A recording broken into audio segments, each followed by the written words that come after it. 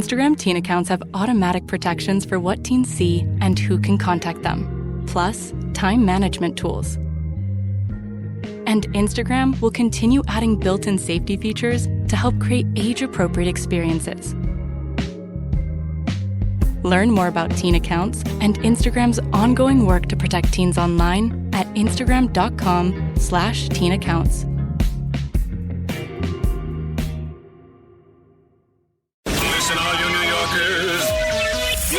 Taxi! Okay, we're looking around. This is the 77 WABC minicast. Sunday morning.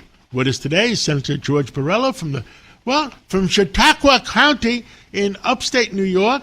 And he tells us what the heck is going on in all of New York State. Well, George Borrello, what's up today? Well, we had a tragic accident last August near Batavia, New York, in Genesee County, in the western New York area. And it was a New York City-based tour bus that was carrying Chinese tourists. And the bus ended up rolling over, and tragically 5 people died, along with 49 people that were injured. This was all over the news back then. But this driver, who they had a difficult time locating to actually hold him accountable for this for what happened here, is being charged with 5 counts of manslaughter. And in Genesee County Court, the district attorney, they had to provide an interpreter in Mandarin Chinese because he could not speak or understand English at all. Now, what was very concerning about this is that he was issued a commercial driver's license by New York State. This is a license that everyone has to get, that transports people, that transports hazardous materials and semi-trucks, and this is a very stringent, normally a very stringent process to get trained and licensed by New York State, so you can drive 70,000-pound vehicles that have, in some cases, dangerous chemicals in it. This is a very, very serious concern. We do not know how someone who cannot speak English was able to get this New York State commercial driver's license, the CDL license. And it's very, very concerning. And this is not an isolated issue, unfortunately. You've seen this happen, across the country. The vast majority of these questionable CDL licenses are issued in New York and California. We've had tragedies here in New York. You saw, I believe it was Florida, where a non-citizen driver killed someone because he made an illegal U-turn in the middle of a road. And this is something that has to be investigated. It's causing deaths and injuries across this country, but it's very concentrated as to where these illegitimate CDL licenses are coming from, primarily New York and California. I mean, that is mind-boggling that they allow people that don't speak English, can't read a sign, to be driving a truck that weighs 70,000 pounds at 70 miles an hour, which is, can kill people. Absolutely. And, the people that want to shamelessly defend this will point to the green light law. The green light law was something that was passed and signed by Andrew Cuomo that allowed non-citizens, to get driver's licenses. But these are not but specifically commercial driver's licenses were exempt from the green light law.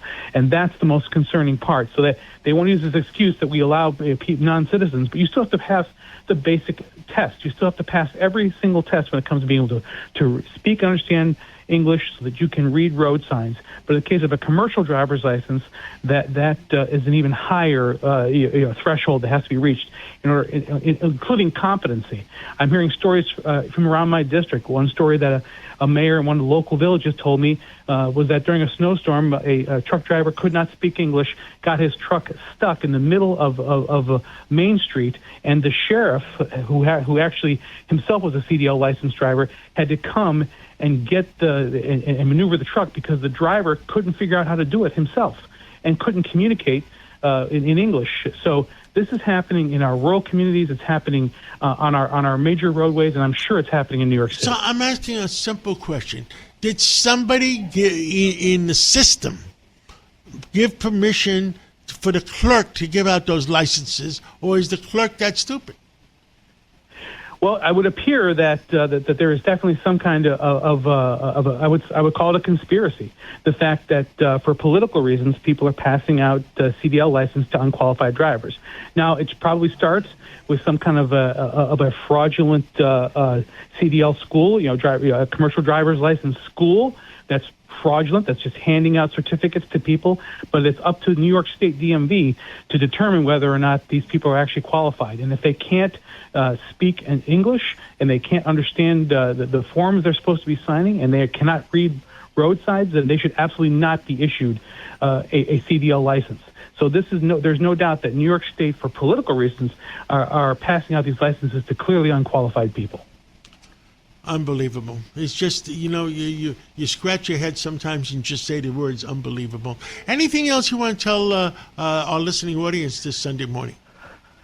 Well, we just had this week in Albany the Senate and Assembly one-house budgets drop. This is basically the start of the negotiations to adopt a final budget here in Albany.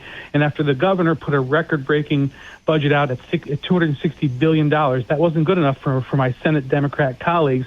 They dropped a bill that adds an additional 11% on top of last year's adopted budget and is giving authority to Mayor Mamdani to raise taxes and cause more pain in New York City, including a surcharge on property taxes, as well as increases on corporate taxes and business taxes, and which will drive more people out of New York City and New York State.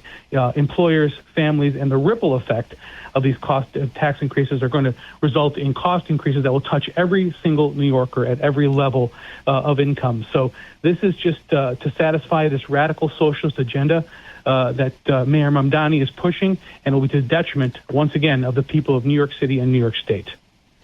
Don't they realize that people are just going to say, I'm going to move to Tennessee, I'm going to move to Carolinas, I'm going to, All right, we've said it all. Senator Borrello from Chautauqua County, thank you so much for coming on this Sunday morning. Thank you as well.